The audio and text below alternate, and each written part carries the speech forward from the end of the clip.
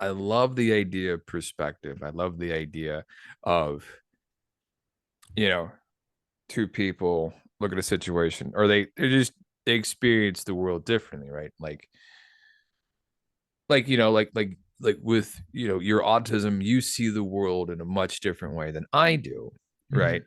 And so that sort of perspective is fascinating me.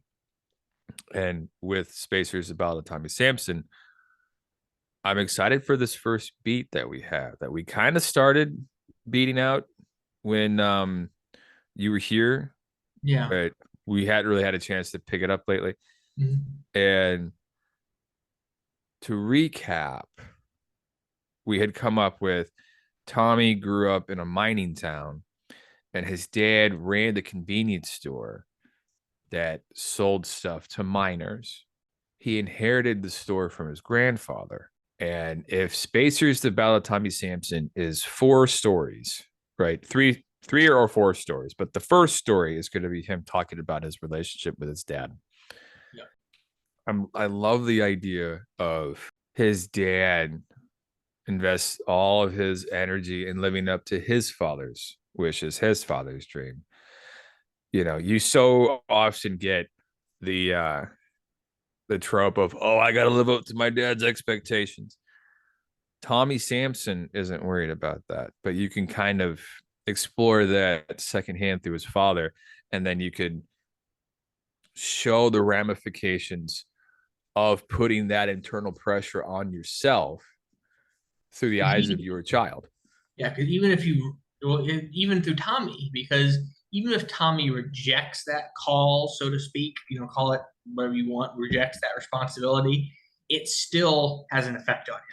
Oh, of course. Because the fact that that responsibility was expected of him by his father, that influences his childhood, which then influences the rest of his life. And I love the idea of a running question throughout the play is, where do I belong? Yeah. You know, and he figures out, no, it's not at my dad's store.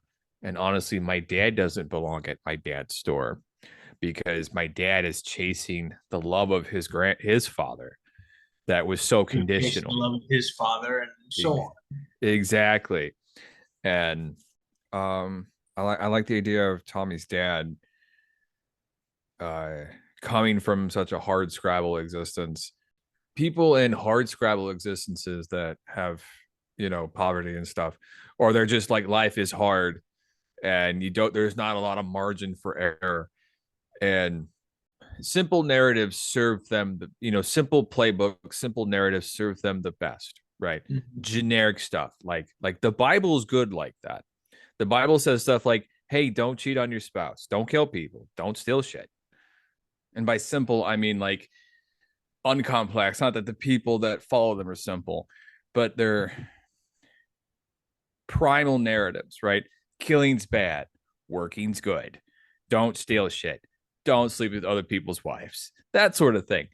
Easy, sort of like, simple truths of our existence. If you follow these rules, you won't mess up too bad.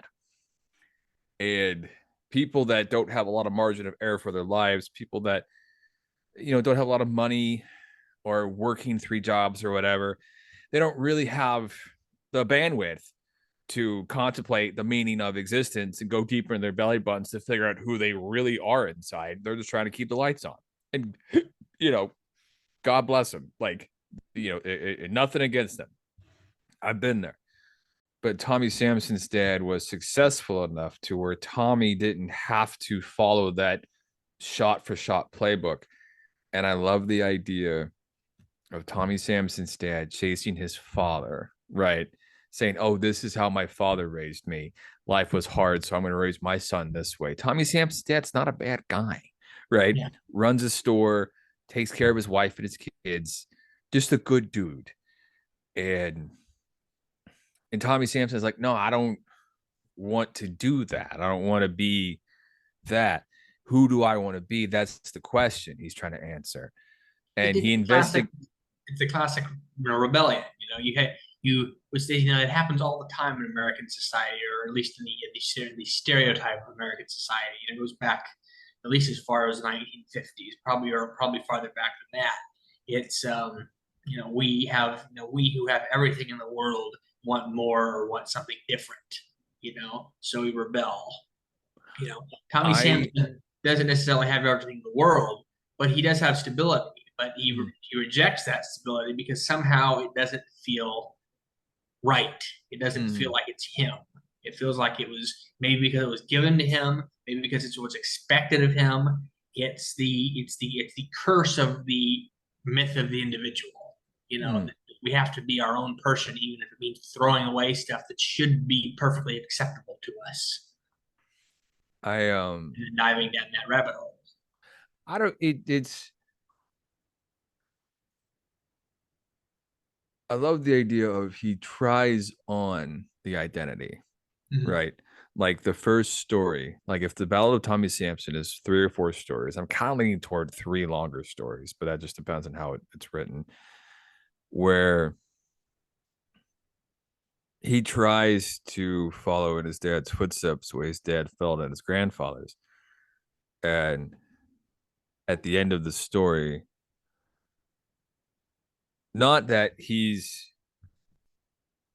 not that his dad is running a failing business, but maybe his dad is running a successful business. And Tommy Sampson is expected to step in as a franchisee to, open another store, a second location. Mm-hmm. And Tommy Sampson's dad is just so full of pride that he built that he continued what his father did and built it up into a thing where he can hand his son another store and then see his family grow and prosper and stuff. And Tommy's just not that guy. And he tries to be for his dad. Tommy just feels out of place. Yeah. It's He knows he'll regret it if he does this. And he yeah, doesn't know if the military is the right direction, but he knows it's not the wrong one. yeah. And I think that's a story that literally millions of people, not just in America, but all over the world, can tell you about. Yeah. It's, thinking, well, if I go away and join the fleet, I go away and join the King's Navy, and see the world. Maybe I'll be able to make something of myself other than just a shadow of my father, Yeah. something like that. Seeking Yeah. adventure, seeking meaning in the brotherhood. Who knows? Like There's I've something. seen how this story plays out. I know the end result. I've seen it twice. Yeah. My grandfather did it. My father did it. It's not a bad story, but it's not mine. Mm-hmm. And of course, then more, sort of looming over us like a sword of Damocles, is that there's this war going on. Yeah. Right around the time he comes of age, the Draconis crisis is kicking off, and it's like, well, I can either stay here and work this shop in a dead end like factory town or whatever, or I could go off and try and do something to like make other people's lives better and make myself better as a result. That sort of thing. Yeah. And Which based on what we talked about like a few weeks ago, we were talking about when we started pitching the story, when we started like workshopping the story after that play or whatever it was, in that little Irish pub.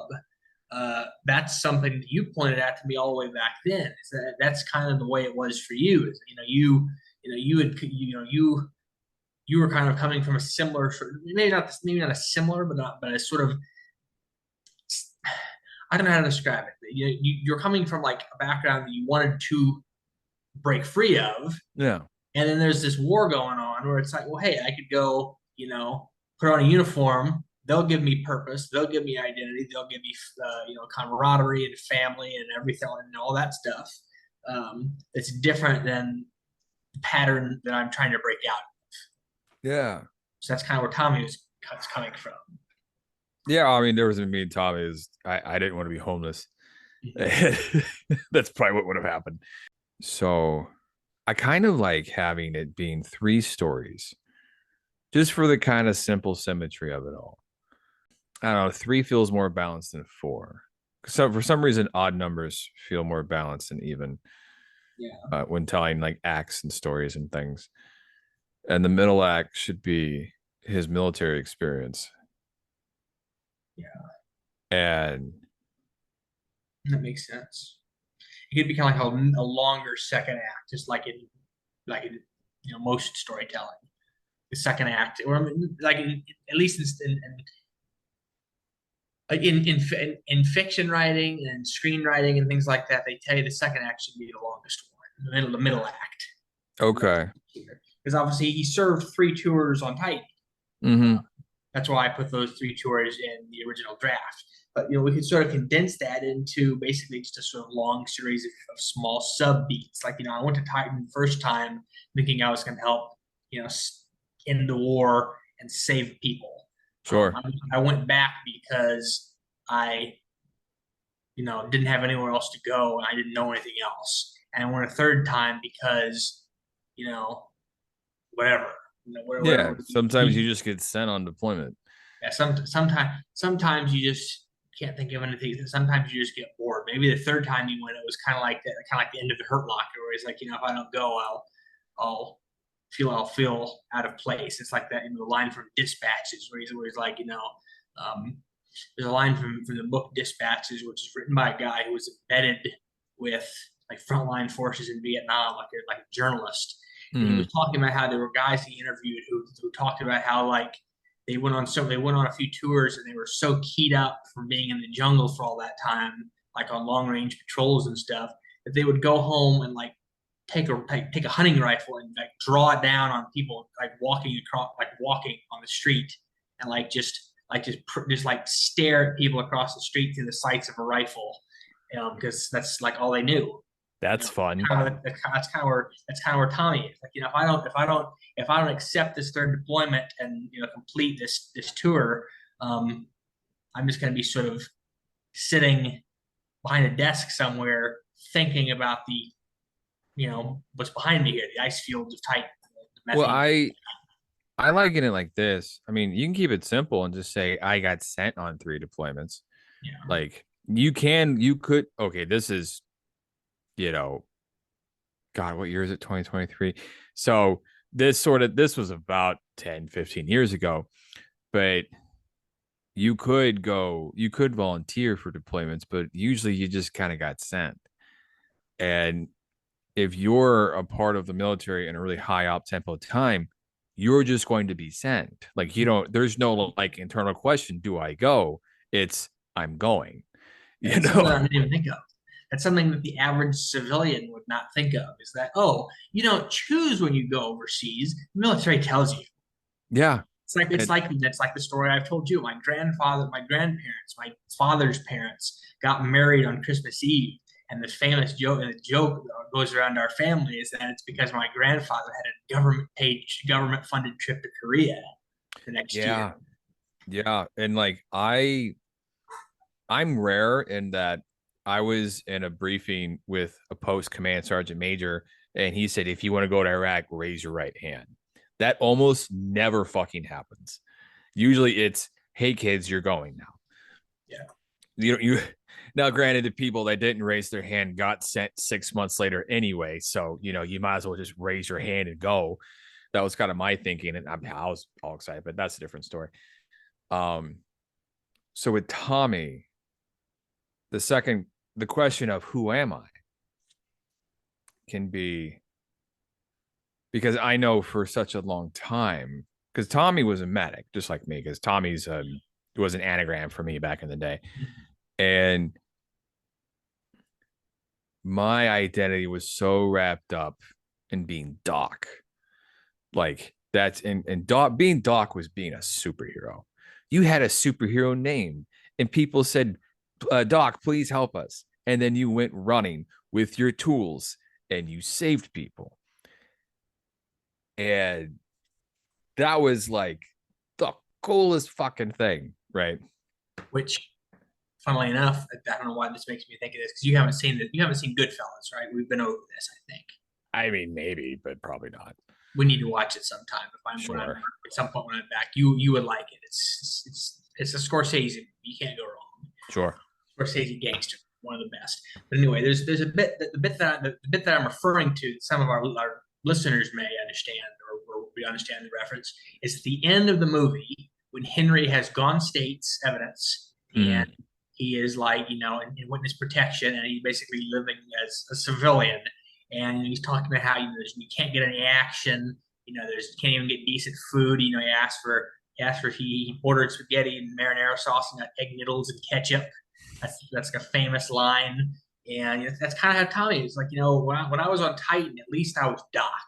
Nowadays, if I want any action, I have to like, you know, go start a fire and go start a fire in the friggin' corner of the VA hospital or something.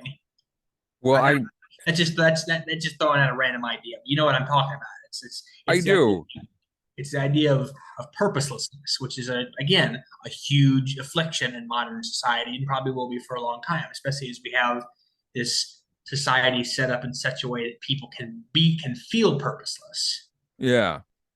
And Tommy's asking two questions, or the question that drives the Ballad of Tommy Sampson is, "Who am I?" And the first question is, the first answer he tries out is, "Am I a shopkeeper?" The answer is no. Well, not forever, right? Yeah. The second question is, when he enlists, "Am I Doc?" The answer is, well, not forever.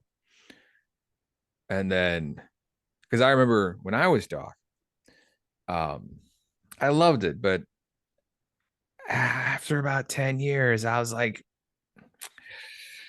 I think I think I've done it,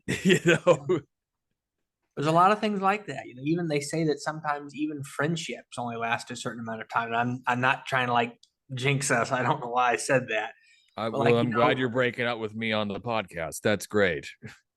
I'm breaking you up with while I'm in Maryland, so I can't hear your sobbing from 10 There miles. you go. But anyway, you're saying.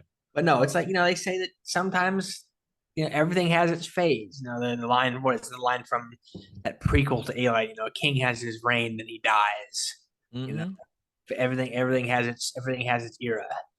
Sometimes it's friendships, sometimes it's interests, sometimes it's careers, sometimes it's hobbies. Mm-hmm. I can't see myself, letting go of any of the friends I've got right now or any of the hobbies I've got right now. But some people do, and that's like you said, you were Doc for 10 years, but then eventually you were like, I don't know if I want to do this anymore. And I know for a fact, my mom, she was a lawyer for 25, 30 years, and eventually said, I don't want to do this anymore. It's not fun anymore. The amount of effort I'm putting into it is not surpassed by the amount of benefit I'm getting out in terms of enjoyment and practical benefits. Same thing with my dad. He was a life insurance salesman, and he eventually set that aside because he realized, oh, I'm putting so much work into this, and all it's doing is making me exhausted and tired and angry. Yeah. Yeah, I get that. And it's like, And part of the reason for Tommy, and this is definitely something that we could probably touch on in the story in play, is being. There's a few things that where you could probably get sick of it a lot quicker than 10 years or 30 years or whatever, because the burnout rate is so much higher. And I imagine being a medic, like a frontline combat medic in a time of war, is one of those things, mm-hmm. because unless you like have the perfect disposition for it, you're probably going to get sick of trying to put people back together and occasionally failing. Yeah. It's my again. This is just like you said about raising kids. This is my assumption as someone who's never done it. Hopefully, we'll never have to worry about that sort of business. Um, Yeah. but I can only, knowing what limit have with what limited knowledge I do have of the human condition, I can only imagine that like being responsible for saving human lives and occasionally losing them wears on you after 3 tours. Weighs on your soul. Yeah. And I think with the second story, um, because if the first story focuses heavily on Tommy rejecting the franchise from his father, Mm-hmm. the second story, I think, will focus on him rejecting or not rejecting being Doc on his third deployment, but I think it should focus heavily on him asking that question on his third deployment, right? Yep. And because you don't need a basic training montage, and we don't have to go Yeah. through like 10 years of his history in the first two deployments and his, Mhm. AIT or whatever. Um, because if you tell somebody I was a medic in the military, they kind of have a general idea already. Yep. And what's the situation? Because he's asking the question, who am I? And the answer he's trying out is, am I Doc? Maybe Doc. But what makes him say, no, not anymore? You know, that's my question to you. What do you think? That's a good question. That's a good question. As one of the, it's one of those things that in real life, we like to think it's one thing, and a lot of times it is sort of one thing, but then again, it's also a lot of times it's one thing that sort of breaks the camel's back. You But know, it's it's in the this accumulation of situation. many things that then one thing just sort of sends tumbling down. Yeah. Well, narratively speaking, for purposes of like the storytelling experience, I'm laser focusing on one Yeah, event. yeah, for sure. I think. Well, didn't we talk about how maybe there was like some sort of like war crime or something that he witnessed or something like that? Like they went on patrol, he went out on patrol and they found a settlement that had been wiped out by the Draconis or something like that, or like maybe half wiped out, and the half that was left alive were trying to like survive off the dead. What if? Oof, that's a bummer.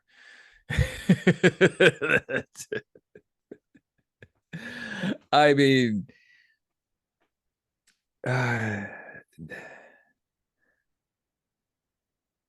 like I don't hate the idea, but it's the only reason I'm kind of hesitant is I'm like, oof, you got to bring the audience back from that, man.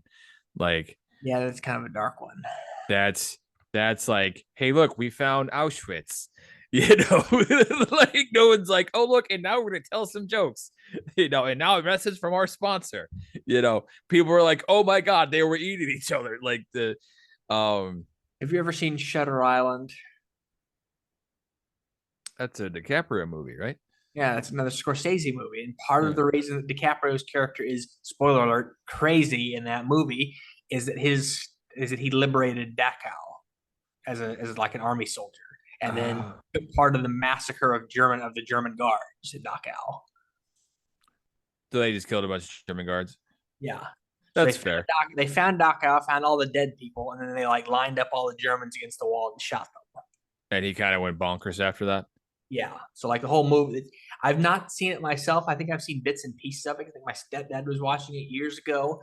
Yeah. But basically, it's one of those movies that keeps you guessing the whole time because you're not really sure if he's crazy, is he not, who's actually crazy in this situation. Because it's basically it's Leonardo DiCaprio and Mark Ruffalo are these two detectives who come to this island to investigate like a death or something. It's like an insane asylum on this island, and it's slowly revealed through the course of the story. Again, spoiler alert for those who haven't seen it, who may want to have the mystery saved. Skip ahead here.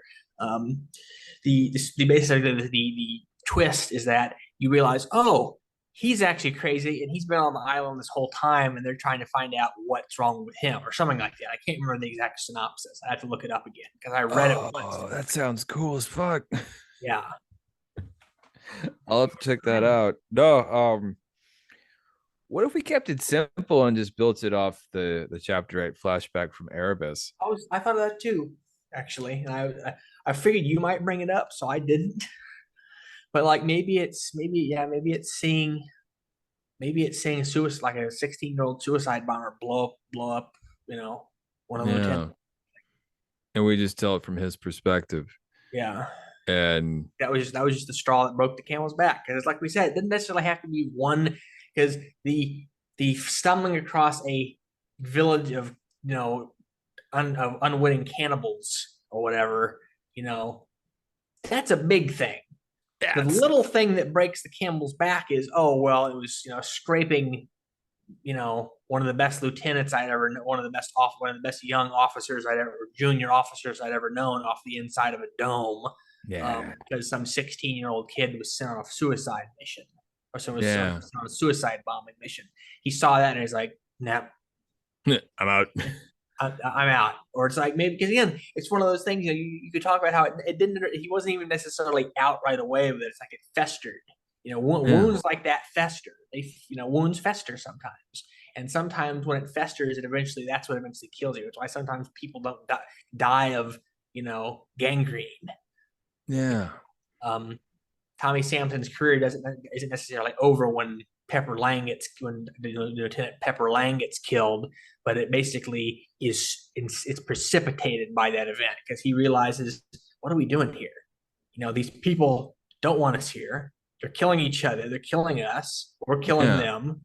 It's pointless. Because he joined the Space Corps and thought he had been sent out to Titan to like make things better and make things right, make improve the standard of living, blah blah blah. And he realized, no, we're basically just keeping a status quo that is shitty.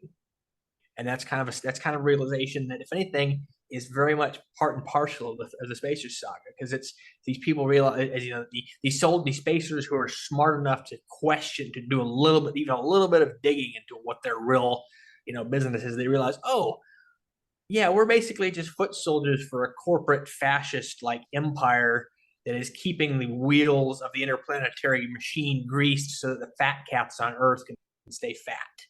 Yeah. And Which again, as you've talked about, that's something that a lot of people in our own military could probably identify with, and militaries all over the yeah, world, especially ones a lot aligned with the United States.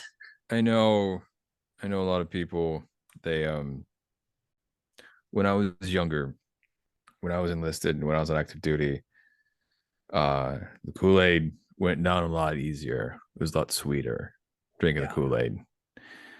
And one day it tastes sour. yeah, That's actually a it pretty good line. I I like what you said there, where that'll be the opening line. When I was a young man, when I was younger, when I was when I was on active duty, uh the Kool-Aid went down a lot smoother. It was a lot sweeter. Yeah, it made more sense.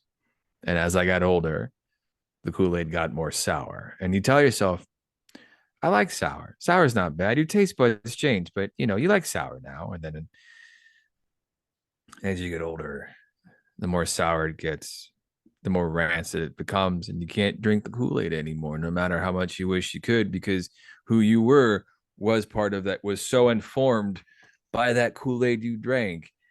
And the identity it gave you no longer quite fits. The clothes are too tight. They're torn. They don't work Like a anymore. drug addiction.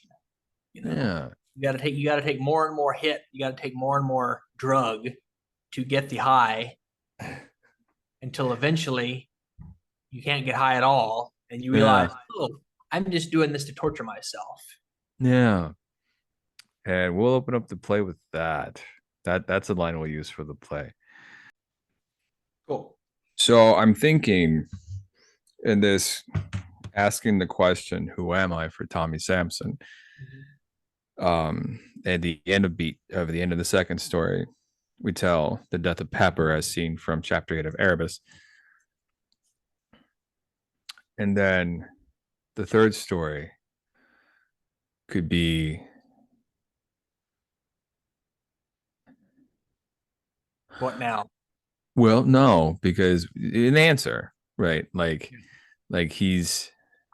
I'm Tommy, you know. I'm not just any one of these things. I'm the sum total of a lot of these things. Um, like I'm not a dad, so I don't want to be like, I'm not Doc, I'm dad. Right? But like I'm not dad, so I can't write that experience. But you know, and I wouldn't wrap it up and say like, oh, I'm not Doc, I'm just Tommy. But like that's the story that's the third story is going to be saying what his life is now and kind of the world he's settled into and he's rebuilt his relationship with his father Yep. and he's got a wife and and yeah, to where you never really, because like you and I, we're going to be different people in 5 years, hopefully, if we do it right. If I'm the same guy now that I am 5 years from now, I've done something horribly wrong. Like, you know, you and I have known each other for a long, long time now. And we've reinvented ourselves at least twice. You've done more so because you've been in a real hot growth period for a minute, right? And I've been kind of in a laying the foundation of the future, sort of thing. But you're in that you kind of had a real like exponential growth a couple years. But the last story is the answer is I'm just um you know Maybe I'm like becoming Tommy. what's that? I'm becoming Tommy. I'm always becoming Tommy. And like this is how it could, yeah, and this is how it can end is Meg comes out on the stage and then she asked me, who are you? And I'm like, oh, I'm Tommy. And that's the answer to it. That's how the play ends. Is you don't tell the audience, I'm not Doc, I'm not my dad, I'm Tommy. But you show through him giving updates in his life how he's taken all of the best of his experiences with him and left behind the bad. And the play ends with Meg coming out and saying, who are you again? Or who are you? And I go, oh, I'm Tommy. And that's the answer. Oh God, I'm it's like it hits all the feels, Nick. I'm like, oh, we did it. We figured this shit out. What are your thoughts? I'm thinking about it. I'm almost thinking like she could come out and like she could come out like with a clipboard and be like, "Are you Tommy Sampson?" Yes, I Yeah. am. Yes, I am. That I makes it love it. even It's more subtle. subtle and kind of keeps with the VA dot hospital Yeah. aesthetic. Yeah. Yeah. Are you Tommy Sampson? Yeah. Yeah, I am. And then we both walk off stage. Yep. Oh God, that's good. Oh, that's good. And I think we'll end there. And we'll talk a little bit after for the Blanket Fortress of Solitude. I am Derwin. And I am Nick. And we will see you next Monday morning at 0700. Hello, stranger. Do you like to read? Read. What's happening? Am I dead? I bet you like zombie books. I like food. Do you have food? You don't need food at dividedbyzerobooks.com. It's full of nutrient-rich science fiction. Ugh, I'm stuck in an ad, aren't I? Once I stop talking, reality will collapse until someone plays this ad again. This isn't the first time we've had this discussion, and it won't be the last. Hello, stranger. Do you like to read? And I had this analogy, and I might have told you this, I don't know, Mhm. but the wars in Iraq could be distilled into the Teenage Mutant Ninja Turtle movies from the 1990s. And stay with me because the first one makes sense. It was very quick, well thought out. We had a bad guy. We had an objective. We kicked the Iraqis out of Kuwait. We called it good. We left, right? Mhm. Much like Ninja Turtles 1. Tight, well written, dark, but effective. Ninja Turtles 2, way over budget, halfway thought out, kind of sloppily executed, but Vanilla Ice sings Ninja Rap, so everyone's kind of cool with it, right? That's Operation Iraqi Freedom. Ninja Turtles 3, they go back in time into feudal Japan, and Casey Jones is in the sewer holding a hockey stick so people remember who he is. Everyone's kind of stopped putting thought into it. We're just going through the motions. We're just trying to make some money. The fight against ISIS. The VA describes, or so you get benefits from the VA based on what you did, Mhm. right? And so, how do they phrase it? They call it contiguous expeditionary operations in the Middle East, 1990 to present. Jesus Christ. That's some George Carlin is spinning in his grave. Yeah, and I'm like, oh, that covers it. I'm in That's that institutional soft language out the ass. You can't call it a forever war on paper, right? Oh man, I guess not. I guess they definitely aren't. Yeah. The friggin' thing that the term they use to describe it takes forever to say. I'll say that much. Continuous expeditionary operations in the Middle East. Yeah, because that covers everything. And it's funny to talk about like, oh, we're cutting the budget to the Pentagon by $50 billion over 10 years. I'm like, $5 billion a year. That's what 1.6% of the budget. Do you know how much was in the slush fund for the global war on terror? No, you don't, because no one does. They don't tell them, like they'll allocate funds for it, but that's not factored into the Pentagon's actual budget. Mm-hmm. This isn't me telling stories out of school. This is just me paying attention to like the news. And I'm like, that's pretty much what happened with the Draconis crisis, funnily enough, because not to, again, tell tales out of school in my own self, there's a story that will hopefully one day be told within the Spacer Saga called Alphas. Okay. And Alphas is the story of Project Alpha, which is basically a black project that tried to train child soldiers to be telepaths so they could win, so they could prevent another crisis or war on the scale of the Draconis Wars before it happened. Right. Like, preempt it. And basically the idea of the Project Alpha is to train these like child soldier telepaths. When they grow up, you send them out into the frontier and basically have them like live among the people of the frontier and basically just keep tabs on them. So it's basically, it's CIA. It's basically a cross between like the ground branch of the CIA, Project Blackbriar or whatever it's called from the Bourne movies, and the Psi Corps from Babylon 5, which I've started watching. I've actually been watching that with my dad. So it's good, right? Yes, it is good. I knew it. I knew you would like it. I knew you would like it. But yes, and basically the reason this was greenlit is because early in the second phase of the Draconis Wars, this sort of Alphas.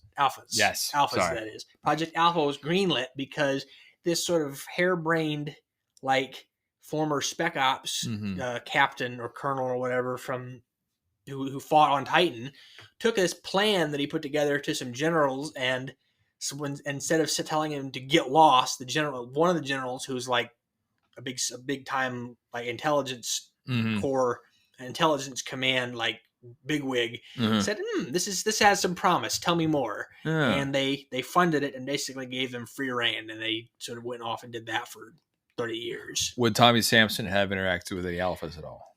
Not during the Draconis crisis, because the Alphas weren't active until the Frontier Wars. Okay, so Tommy Sampson. Yes, this is all has nothing to do with Tommy. So getting back to Tommy.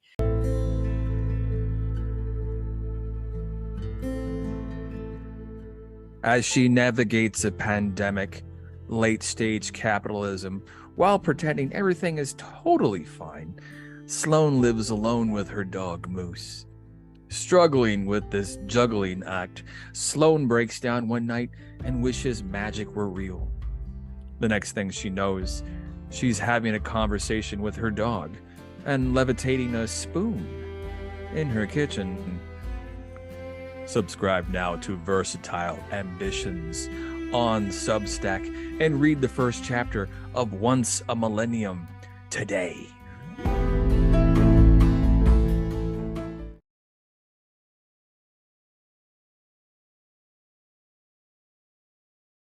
It was exactly 1 month after I got to Iraq. Passed the PT test today.